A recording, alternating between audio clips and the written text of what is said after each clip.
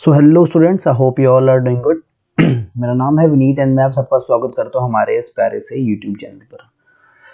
तो बेटा, अभी तक हमने क्लास स्टैंडर्ड 12th का जो हम चैप्टर पढ़ रहे हैं, जो कि है द एंड ऑफ बाइपोलरिटी, उसका हमने दो लेक्चर जो है ऑलरेडी कंप्लीट कर लिए। ठीक है, I will provide the link in the description, you can check it out. ठीक है, आप उसको देख के आओ, फिर उसको कंटिन्यू करना। तो अभी से पहले जो हमने दो लेक्चर लिए हैं उसमें हमने क्या क्या पढ़ा। तो पहले हमने पढ़ लिया कि व्हाट वाज सोवियत सिस्टम। ठीक है, पहले हमने पढ़ लिया कि व्हाट वाज सोवियत सिस्टम। इसमें हमने देखा कि कैसे सोवियत सिस्टम जो है यूएसएसआर, उसका इमरजेंस हुआ, कैसे 1917 में सोशलिस्ट रेवोल्यूशन हुआ। ठीक है, एक सोशलिस्ट रेवोल्यूशन हुआ, उसके अंतर्गत यूएसएसआर का फाउंडेशन रखी गई थी। ठीक है, यूएसएसआर के फाउंडिंग हेड थे, वो थे व्लादिमीर लेनिन। ठीक है, ये हमने पढ़ लिया था व्हाट वाज सोवियत सिस्टम। और ये क्यों हुआ था, ये लोग सोशलिस्ट रेवोल्यूशन क्यों हुआ था, क्योंकि ये लोग कैपिटलिस्ट जो ब्लॉक था, कैपिटलिस्ट जो लोग थे, उन लोगों को अपोज करने के लिए इन्होंने क्या बनाया, यूएसएसआर। ठीक है, और फिर हमने इससे पहले जो हमने पढ़ा, इसके बाद हमने जो पढ़ा, अभी हमने पढ़ लिया था कि भाई साहब जो सोवियत सिस्टम है उसका इमरजेंस कैसे हुआ। फिर हमने पढ़ा कि जो गोर्बाचेव है, अब मिखाइल गोर्बाचेव, तो उस टॉपिक का नाम था गोर्बाचेव एंड डिसइंटीग्रेशन। ठीक है, तो कैसे मिखाइल गोर्बाचेव की वजह से डिसइंटीग्रेट हो गया हमारा क्या, यूएसएसआर। ठीक है, तो मिखाइल गोर्बाचेव ने दो रिफॉर्म लाए थे, पेट्रोनोइका और ग्लासनोस्ट। ठीक है, इसमें इन्होंने बात किया था कि हम अब कैपिटलिस्ट इकोनॉमी को अपनाएंगे, मतलब ओपननेस करेंगे, मार्केट हमारी अब ओपन होगी। ठीक है, बाहर से कोई भी आदमी आके हमारे कंट्री में इन्वेस्ट कर सकता है, यूएसएसआर में इन्वेस्ट कर सकता है, कंपनी खोल सकता है। और इन्होंने डेमोक्रेसी को प्रमोट करने की बात की थी, कहा था कि अब जो लीडर होंगे वो कौन होंगे, आपके इलेक्शन बेस्ड लीडर चूज किए जाएंगे। ठीक है, तो इस बात को लेकर जो इन्हीं की पार्टी थी, कम्युनिस्ट पार्टी, ठीक है, वहीं के लोग जो थे ना, वो एक मिलिट्री कूप के साथ मिलकर के गोर्बाचेव की जो गवर्नमेंट है उसको टॉपल डाउन कर देते हैं। ठीक है, जब मिखाइल गोर्बाचेव की गवर्नमेंट टॉपल डाउन हुई, तब तक वहाँ के लोगों ने ऑलरेडी फ्रीडम के बहुत सारे इंपॉर्टेंस, कह सकते हैं कि एक फ्रीडम की जो चाह थी, फ्रीडम की जो भावना थी, उससे ये लोग जाग चुके थे। ठीक है, इनको पता चल गया था कि फ्रीडम कैसी होती है, और ये लोग फिर से जो कम्युनिस्ट रिजाइम है उसको एक्सेप्ट नहीं करना चाहते थे। ठीक है, कम्युनिस्ट रिजाइम को फिर से एक्सेप्ट नहीं करना चाहते थे। ठीक है, तो फिर एक व्यक्ति आते हैं जिनका नाम होता है बोरिस येल्सिन।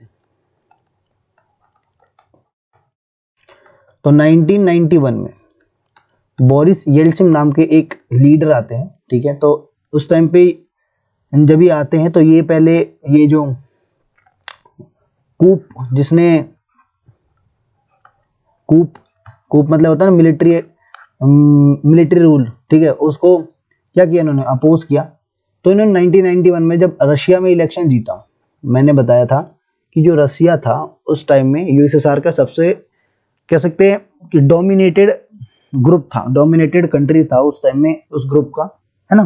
तो रशिया सबसे डोमिनेटेड ग्रुप था, तो रशिया जो जो चीजें करेगा वही चीजें सारी गवर्नमेंट फॉलो करती थी। ठीक है, क्योंकि रशिया जो था वही फाउंडिंग हेड था इसका, यूएसएसआर का। ठीक है, तो रशिया में एक जो बोरिस येल्सिन है वो आए रशिया में। ठीक है, इन्होंने इलेक्शन जीता। इलेक्शन जीतने के बाद, ठीक है, उन्होंने देखा कि जब ये इलेक्शन जीते उसके थोड़े टाइम बाद जो ईस्ट यूरोपियन कंट्री थी वो अपने आप को ऑलरेडी सोवरेन समझने लगी थी। ठीक है, ईस्ट यूरोपियन कंट्री अर्थात जिसमें रशिया भी आता था।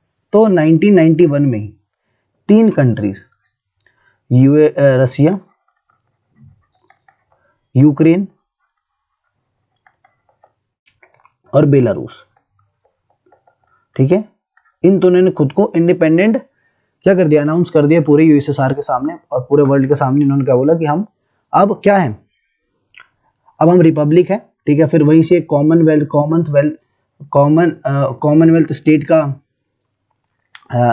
नाम सामने आया, ठीक है। यूएसएसआर खत्म होने के बाद एक नया फिर ग्रुप आया जिसका नाम था CWS, कॉमनवेल्थ स्टेट, ठीक है। उसमें 12 कंट्रीज थी, ठीक है, 12 कंट्रीज थी, 12 स्टेट थे, ठीक है।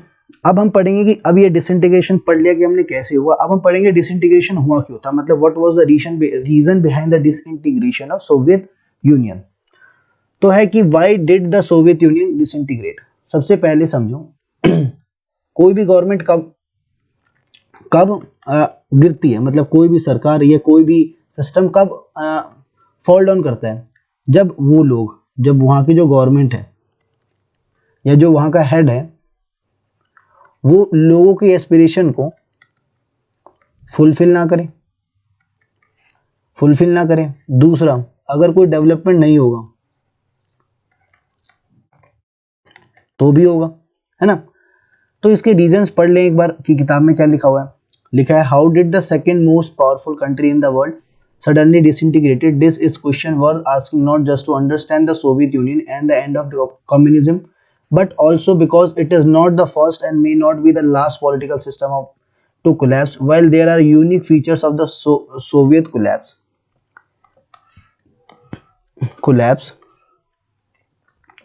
there may be more general lessons to be drawn from this very important case. देखो, हमें ये पता है कि ये सिर्फ एकमात्र ऐसा जो ग्रुप नहीं था जो डिसइंटीग्रेट हुआ था। इससे पहले लीग ऑफ नेशन था, ठीक है, लीग ऑफ नेशन जो कि बनाया गया था वर्ल्ड वॉर 2 को रोकने के लिए, वो भी डिसइंटीग्रेट हो गया, वो भी टूट टाट के सब लोग वहां के अलग थलग हो गए। उसके बाद फिर यूएन बना था, है ना। तो वैसे ही यूएसएसआर भी एक ग्रुप था, ठीक है। तो इन्होंने बोला है किताब में कि ये पहला ग्रुप नहीं था जो कि डिसइंटीग्रेट हुआ, ना ही ये आखिरी ग्रुप था जो कि डिसइंटीग्रेट हुआ था। इसके बाद भी बहुत सारे ग्रुप आएंगे जो आएंगे फिर जाएंगे, ठीक है, आएंगे टूटेंगी बिखरेंगी, ठीक है। लेकिन इस वाले से हमें बहुत सारी चीजें सीखने को मिलता है। वो क्या क्या चीजें देखते हैं।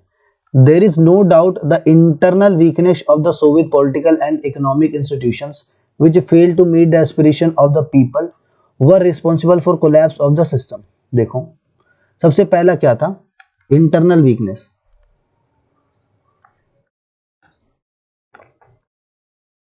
बुक में लिखा सबसे पहले इंटरनल वीकनेस था जिसकी वजह से इकोनॉमिक अनस्टेबिलिटी हुई, इकोनॉमिक अनस्टेबिलिटी हुई और इकोनॉमिक अनस्टेबिलिटी होने की वजह से इन लोगों ने लोगों की एस्पिरेशंस को ध्यान नहीं दिया, ठीक है। ये एक रीजन बताया इन्होंने पहला। दूसरा देखते हैं, were responsible for the collapse of the economic stagnation for many years, led to severe consumer shortages, and a large section of Soviet society began to doubt and question the system and do so openly. अब देखो, जो economic stagnation था, economic stagnant हो गई, हमें मालूम है।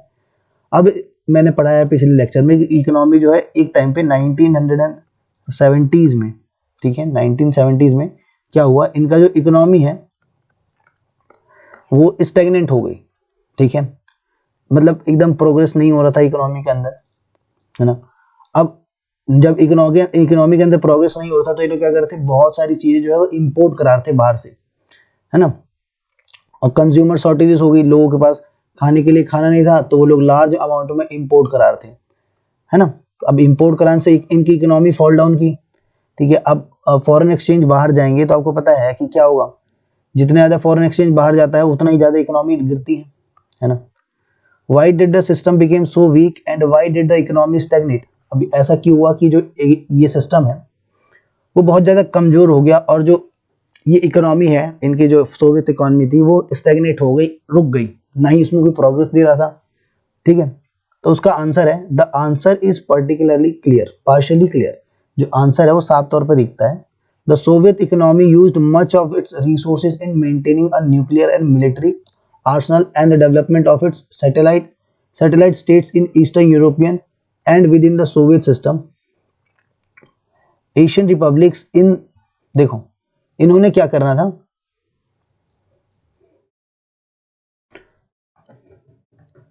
देखो पहला इनकी दिक्कत क्या था, जिसकी वजह से इनकी इकोनॉमी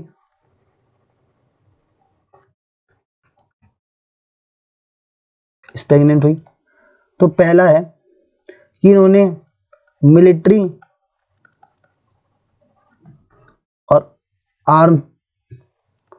आर्म्स इस पे ज़्यादा पैसा खर्च कर दिया, ठीक है, हथियारों की होड़ कर रहे थे अमेरिका के साथ, ठीक है। दूसरा, इन्होंने मिडल ईस्ट, ये इसको बोलते हैं सेंट्रल एशिया, उन कंट्रीज पे अपना स्टेट सैटेलाइट बनाने की कोशिश की, ठीक है, मतलब कि दूसरे देश पे नजर रखने के लिए हमने यहाँ पर अपना बेस बनाया है, ठीक है। लिखा है कि the 5 central Asian republics in the particular, पांच सेंट्रल एशियन रिपब्लिक थे, 5 ऐसे कंट्रीज थे जिनको इन्होंने क्या बनाया, अपना सैटेलाइट स्टेट बनाया, ठीक है, जहां से ये लोग दूसरे कंट्री पे मतलब वेस्ट पे नजर रख सकें, है ना। This led to a huge economic burden that the system could not cope with. At the time, ordinary citizens became more knowledgeable about the economic advance of the West. अब देखो, they could see the disparities between their system and the system of the West. After years of being told that the Soviet system was better than the Western capitalism, the reality of its backwardness came as a political and psychological shock. The Soviet Union had become stagnant in an administrative and political sense as well. अब क्या हुआ, देखो लिखा गया है कि जो Soviet system था,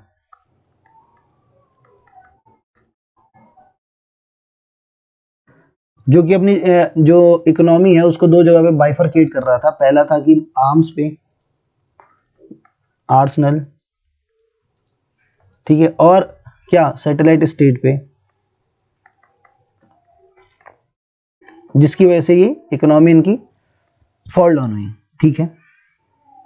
अब इसकी वजह से क्या होगा, इकोनॉमिक बर्डन बढ़ जाएगा, इनके यहाँ पे पैसों की किल्लत हो जाएगी, ठीक है। अब उस टाइम के बाद, उस टाइम में जब विद्रोह हुआ था, मैंने बोलता प्रोटेस्ट हुआ, पिछले लेक्चर में प्रोटेस्ट हुआ, वो प्रोटेस्ट क्यों हुआ था कि अब देखो, अब जो लोग हैं वो पढ़े लिखे होने लग गए थे,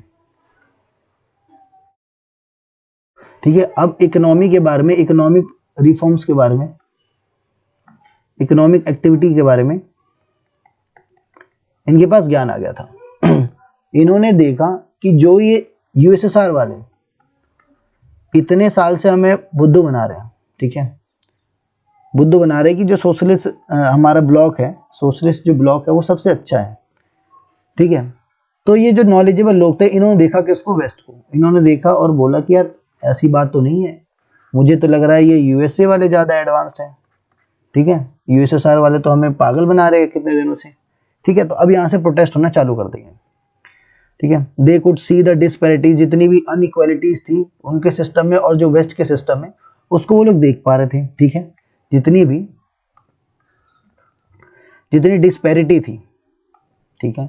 अब नॉलेजेबल हो गए तो ये लोग क्या देख सकते हैं, अच्छाई और बुराई का ज्ञान आ जाएगा। तो जो अनइक्वालिटी थी, ठीक है, ईस्ट में और वेस्ट की कंट्री में, वो ये लोग साफ साफ देख पा रहे थे, है ना। अब ये लोग साफ साफ देख पा रहे थे, तो अब ये लोग करेंगे विद्रोह करेंगे, ठीक है, क्योंकि इन लोगों की जो जनता की ख्वाहिशें अगर कोई सरकार नहीं पूरी कर पाएगी तो इससे क्या होगा, विद्रोह होगा। इन्होंने देखा कि जो वेस्टर्न सिस्टम है, वेस्टर्न जो कैपिटलिज्म था वो ज़्यादा बेटर था, तो अब इसके रिजल्ट में reality of its backwardness came as a political and psychological shock. जितने भी लोग थे वहाँ के, पॉलिटिकल हो चाहे कोई भी हो, वो लोग शॉक में आएंगे ही, सीधी बात है। आगे लिखा है, the Soviet Union had become stagnant in it administrative and political sense as well. The Communist Party that had ruled the Soviet Union for 70 years was not accountable to the people. Ordinary people were aliened by slow and stifling administration, rampant corruption, the inability of the system to correct mistakes it had made, the unwillingness to allow more openness in government, and the centralization of authority in a vast land. देखो, जो Soviet system था, ठीक है, जो कि 70 सालों से ज्यादा से वहां पर रूल कर रहा था, 1970 की बनी थी, 1917 से 1991 तक इन्होंने राज किया, ठीक है। तो ऑलमोस्ट 70 इयर्स तक इन्होंने राज किया, ठीक है। अब इनके पास कोई भी जवाब देने लायक कुछ नहीं बचा था, मतलब they were not even accountable to the people, ठीक है। लोगों के सामने अकाउंटेबल नहीं हो पा रहे थे, खुद को बता नहीं पा रहे थे कि भाई किस वजह से हमारी जो इकोनॉमी है वो स्टैग्नेंट हो गई, है ना।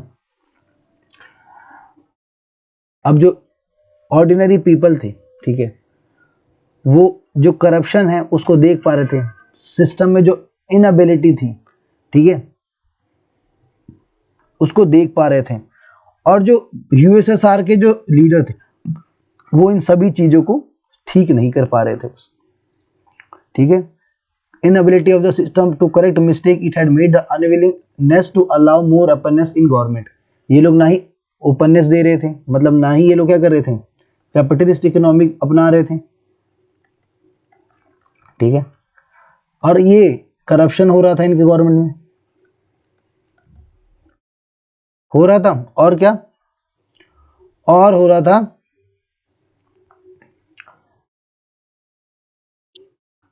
और ये लोग अकाउंटेबल नहीं थे,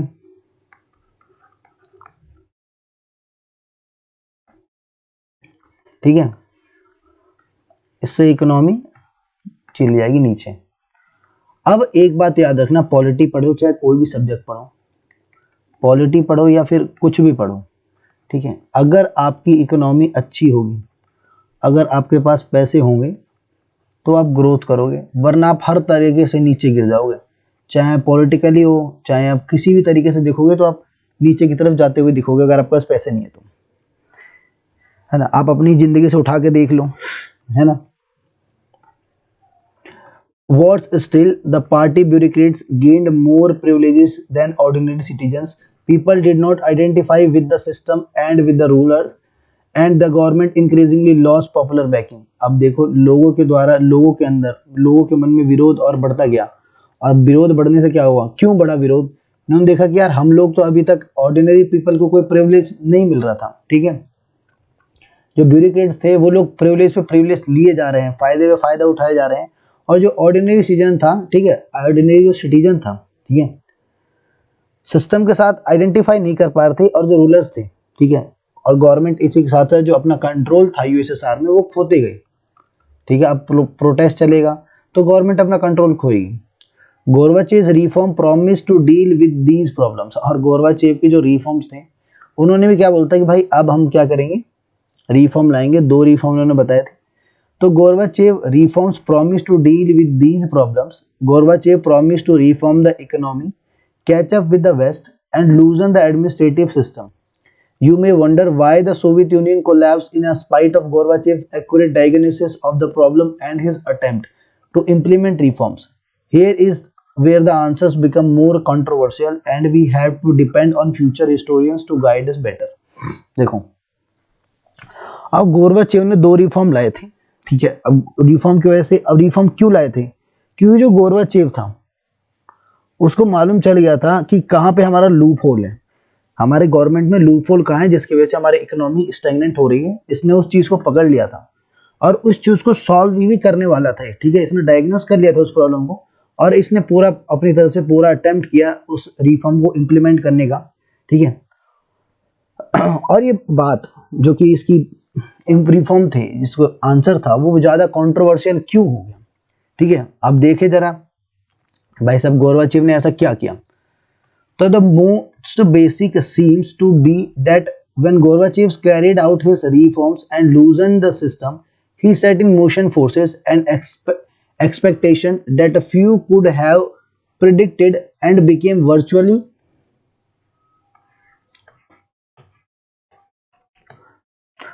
impossible to control. There were sections of Soviet society which felt that Gorbachev should have moved much faster and were disappointed and impatient with his method.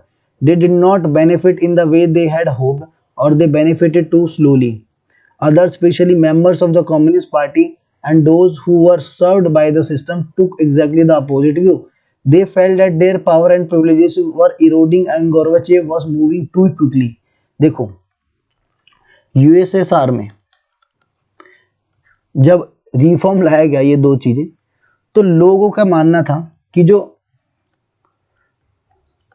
हमारे गोरबाचेव का रिफॉर्म है ना वो बहुत ज्यादा धीरे चल रहा है, और जो यूएसएसआर में जो कम्युनिस्ट पार्टी थी उनका मानना था कि ये जो रिफॉर्म है इसकी वजह से इनकी जो प्रिविलेजेस है, जो पार्टी के मेंबर, सिंगल पार्टी के जो मेंबर थे, उनके जो प्रिविलेजेस थे वो उनसे छीनी जा रही है। ठीक है, अब क्या हुआ? They felt that their power and privileges were eroding and Gorbachev was moving too quickly in this tug of war. Gorbachev lost support on all sides and divided public opinion. Even those who were with him became disillusioned as they felt that they did not adequately defend his own policies. All this might not lead to the collapse of the Soviet Union, but for another development that surprised most observers and indeed many insiders: the rise of nationalism and the desire for sovereignty within various republics, including Russia, Baltic Republic, Estonia, Latvia, Lithuania, Ukraine. ये तीनों तो Baltic Republic की countries है. Ukraine, Georgia and other proved to be final and most immediate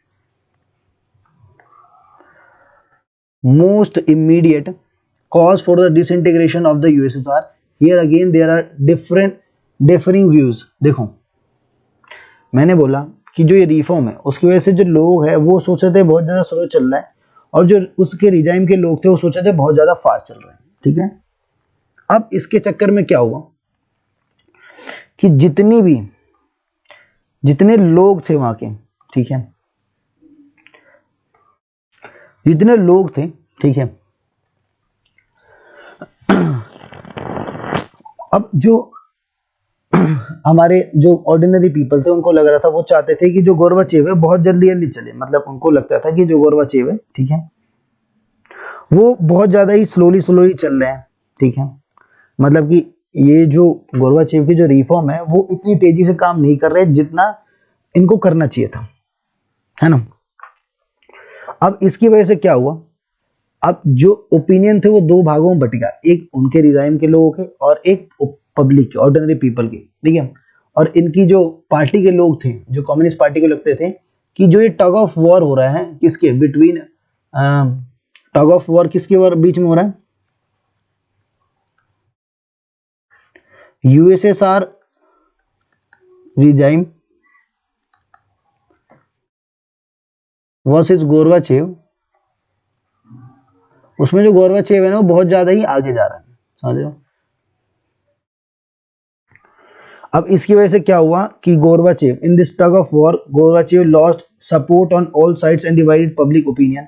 अब इस टग of war में, ठीक है, लोगों के में और गोरबाचेव की पार्टी, कम्युनिस्ट पार्टी और जो लोग हैं उनके बीच में जो टग ऑफ वॉर होता. इससे पहले मैंने बोला कि यूएसएसआर और कौन, गोरबाचेव, उसको रिप्लेस कर देते हैं फॉर योर कन्वीनियंस. मैंने थोड़ा सा मिस्टेक कर दिया, कोई बात नहीं. तो ये टग ऑफ वॉर में जो गोरबाचेव है, ठीक है, उसके जो सपोर्ट था, ठीक है, दोनों साइड से वो डिवाइड हो गया. ठीक है, अब पब्लिक ओपिनियन को उन्होंने डिवाइड कर दिया. Even those who were with him became disillusioned as they felt that they did not adequately defend his own policies. उसको लग रहा था,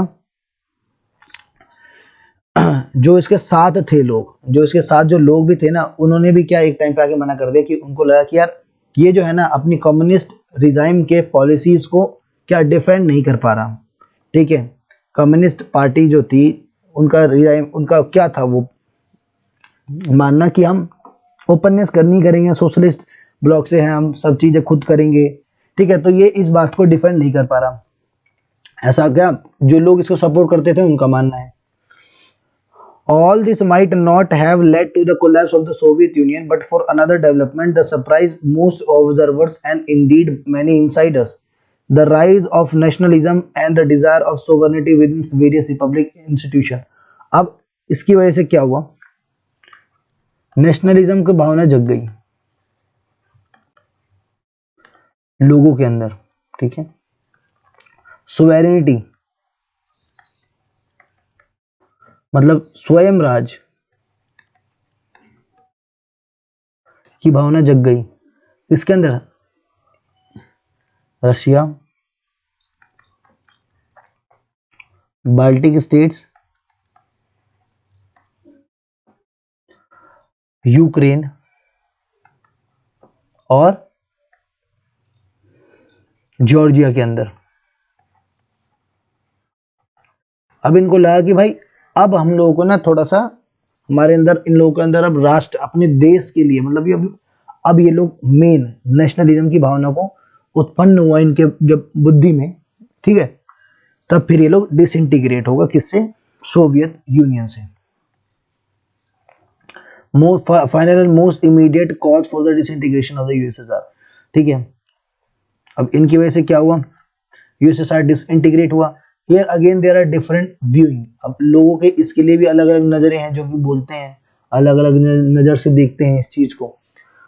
On one view is that the nationalist urges that feelings were very much at work throughout the history of the Soviet Union, and that whether or not the reforms had occurred, there would have been an internal struggle within the Soviet Union.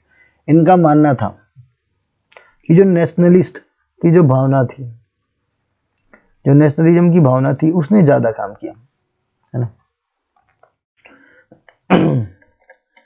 Soviet union में जो उसका disintegration हुआ, ठीक है,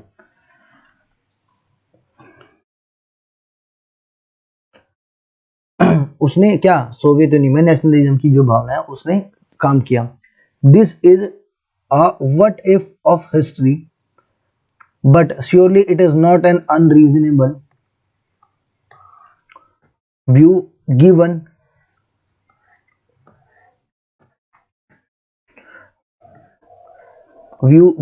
the size and diversity of the Soviet Union in and its growing internal problems। देखो जो reform थे, इस रिफॉर्म की वजह से इंटरनल प्रॉब्लम हुआ, ठीक है। Overthink the Gorbachev reforms speeded up and increased nationalist dissatisfaction to the point that the government and rulers could not control it। अब जो उसकी रिफॉर्म्स थे, ठीक है, उसने रफ्तार पकड़ ली, ठीक है। और जो नेशनलिस्ट जो भावना थी, ठीक है, उसको इतना ज्यादा लोगों के अंदर भर दिया, ठीक है,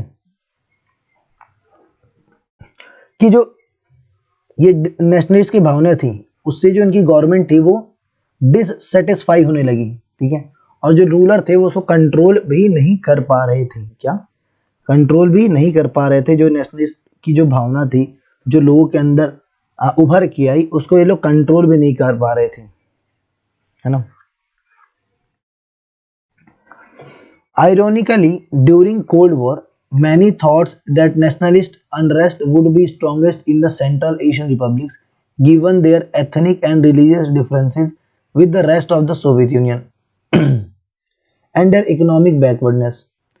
देखो कोल्ड वॉर के दौरान, ठीक है, बहुत लोगों ने सोचा कि जो नेशनलिस्ट है ना, वो जो नेशनलिस्ट भावना है, nationalist unrest the world be strongest in the central Asian republics given their ethnic and religious differences. अब तुम जाओगे तो पूरा सेंट्रल एशिया में क्या इस्लाम के लोग भरे, है ना, फिर उधर में ज्यूइश है कि नहीं। तो उनको लगा कि यार ये जो, जब कोल्ड वॉर के दौरान इनको लगा कि जो नेशनलिस्ट है वो पूरे जगह को अनरेस्ट कर देंगे, ठीक है, और सबसे ज्यादा स्ट्रॉन्गेस्ट होंगे कहाँ पे, सेंट्रल एशिया में, ठीक है। किसकी वजह से, जो उनके रिलीजियस डिफरेंस है उनकी वजह से, ठीक है। And with the rest of the Soviet Union and their economic backwardness. However, as things turned out,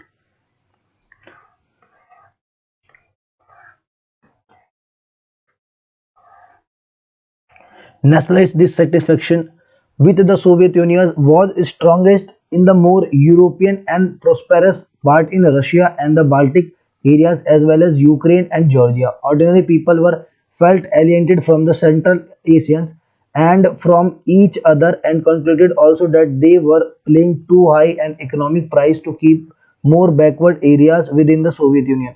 अब भाई क्या हुआ कि जो सोवियत यूनियन में जो सेंट्रल एशिया की जो कंट्रीज थी, ठीक है, सेंट्रल एशिया की जो कंट्रीज थी, ठीक है, उसमें ज्यादा से ज्यादा पैसे खर्च कर रहा था कौन? यूएसएसआर। अब पैसे खर्च करने की वजह से क्या हुआ? इकोनॉमिक फॉल डाउन हुआ इनका। लोगों को लगता था कि सेंट्रल एशिया में रिलीजन डिफरेंस होने की वजह से पूरा सेंट्रल एशिया अनरेस्ट रहेगा, ठीक है, और सबसे ज्यादा ताकतवर रहेगा सोवियत यूनियन में, है ना, ऐसा लगा लोगों को। देखो लिखा भी है, ironically during the Cold War many thought that the nationalist unrest the world would be strongest in the Central Asian republics given their ethnic and religious differences with the rest of the Soviet Union and their economic backwardness, है ना, given their ethnic and religious differences with the rest of the Soviet union, Soviet union के साथ रह के इनके साथ ऐसा कुछ भी नहीं हुआ जिसके बारे में बात हुआ था कि रिलीजियस डिफरेंस की वजह से बहुत ज्यादा ही लड़ाई वड़ाई रहेगी और नेशनलिस्ट अनरेस्ट रहेगा यहाँ पे, ठीक है। कैसे भी करके ये चीजें बदली, ठीक है ना। National dissatisfaction with the Soviet union was strongest in more European. जो डिससेटिस्फेक्शन था, इनको लगा, पहले इनको क्या लगा इनको लगा ना कि सबसे पहले जो हमसे अलग होंगे वो होंगे सेंट्रल एशिया के लोग, ठीक है, समझो आप, सेंट्रल एशिया के लोग जो होंगे सबसे पहले अलग होंगे क्योंकि इनका जो रिलीजन है वो भी अलग है ना। लेकिन देखा क्या गया, रियलिटी क्या थी कि जो यूरोप की जो कंट्रीज थी, ठीक है, वो अलग हुई, है ना।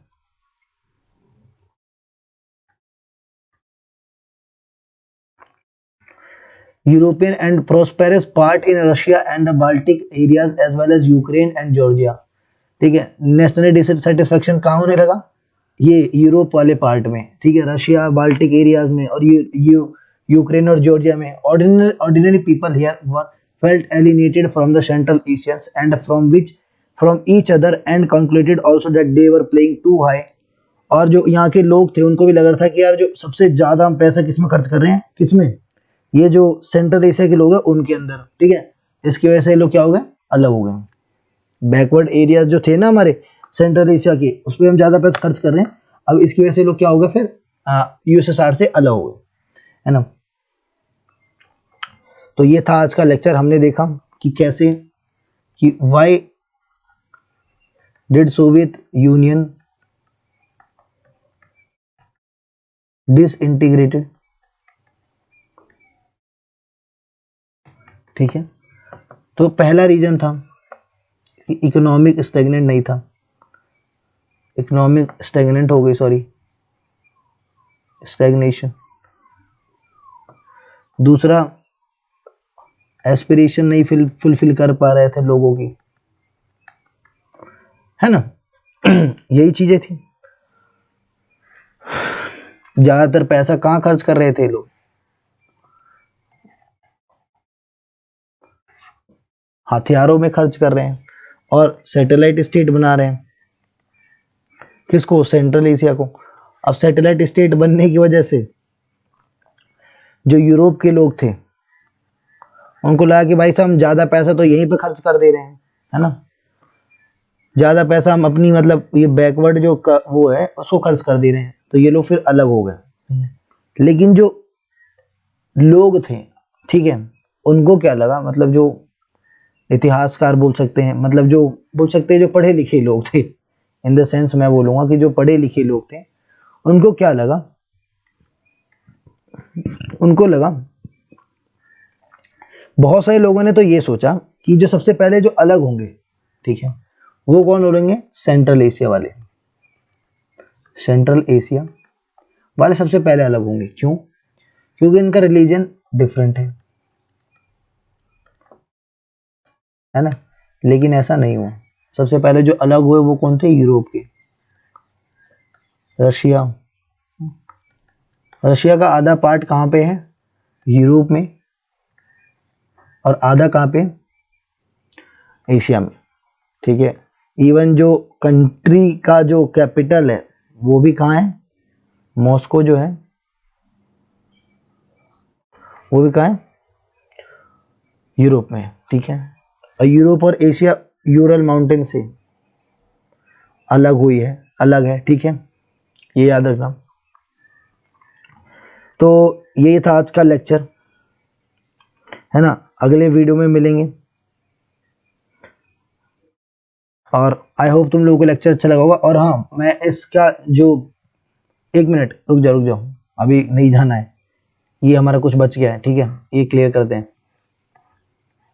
तो अब आगे लियोनिड ब्रेजनेव, 1906 से 1918 मतलब 1906 से लेके 1982 तक इनका लाइफ स्पैन रहा है, इतने देर तक जिंदा रहे। सोवियत यूनियन के लीडर रहे 1964 से 82 के बीच में। Proposed Asian collective security system, Asian security system को किसने प्रपोज किया, यूएसएसआर में, तो हमारे भाई साहब थे Leonid Brezhnev. associated with the detented phase in relations with the USA के खिलाफ थे। involved in suppressing a popular rebellion in Czechoslovakia and in invading Afghanistan। जब 1979 में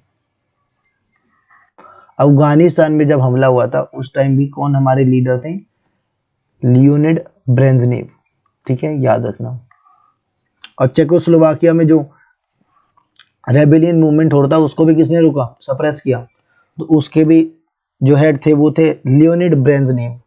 उसके बाद आते हैं 1982 में, वो अलग हुए। फिर 1985 में आते हैं मिखाइल गोर्बाचेव, ये लास्ट लीडर थे सोवियत यूनियन के। इंट्रोड्यूस किया इकोनॉमिक एंड पॉलिटिकल रिफॉर्म्स, जिसका नाम था पेरेस्ट्रोइका, ठीक है। सॉरी, मैं इतने टाइम से थोड़ा सा मिस्टेक बोल रहा हूँ, पेरेस्ट्रोइका, पेरेस्ट्रोइका,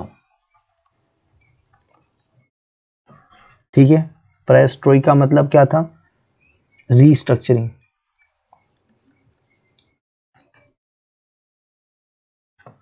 और ग्लासनोस्ट, जिसका मतलब क्या था, ओपननेस, ठीक है, याद रखना, यहाँ पे लिखा भी होगा। ग्लासनोस्ट और पेरेस्ट्रोइका, पेरेस्ट्रोइका रीस्ट्रक्चरिंग और glasnost openness. Stopped the arm race with the US के साथ जो आर्म रेस है उसको भी इन्होंने रोक दिया। इन्होंने बोला कि यार बस करो, लड़ाई कितना करोगे, लड़ाई भी नहीं कर रहे हो, सिर्फ इकट्ठा किए जा रहे हो। Withdrew Soviet troops from the Afghanistan and eastern Europe, east जो सोवियत 1979 में जो हमने क्या किया था, यूएसएसआर ने जो इन्वेजन किया था अफगानिस्तान में, ठीक है, वहां से मिलिट्री हटा लिया इन्होंने। Helped in the unification of Germany, जब जर्मनी का यूनिफिकेशन हुआ 1990 में, ठीक है, उसमें भी इनका हाथ था, है ना।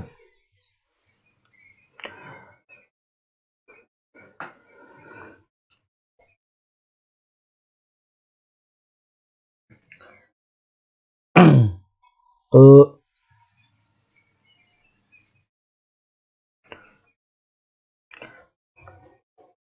1990 में जब जर्मनी का यूनिफिकेशन हुआ, ठीक है, तब इनका हाथ था। एंडेड कर दिया, कोल्ड वॉर को ख़त्म करने वाले भी यही थे। Blamed for the disintegration of the Soviet union. हाँ, इनको बोला जाता है सोवियत यूनियन का डिसइंटीग्रेशन इनकी वजह से हुआ था, क्योंकि इन्होंने जो दो रिफॉर्म लाए थे ना, पेरेस्ट्रोइका और ग्लासनोस्ट वाले, इनकी वजह से इनको बहुत ज़्यादा क्रिटिसाइज किया जाता है। बट आई थिंक इन्होंने अच्छा किया यार, ठीक है। अगर ये नहीं होते तो फिर वही रिजाइम चलती, फिर लोगों के साथ वही होता जो अभी तक होता हुआ आया था, ठीक। तो आई फेल कि सही कह रहा हूँ, ठीक है। आई होप तुम लोगों को वीडियो बहुत अच्छी लगेगी। मेरी तबीयत खराब है इसलिए मैं वेब कैम ऑन नहीं कर रहा, ठीक है। बट आई होप तुम लोगों को वीडियो अच्छी लगेगी। अगले वीडियो में मिलते हैं, तब तक के लिए सही बच्चों को जय हिंद, सत श्री अकाल।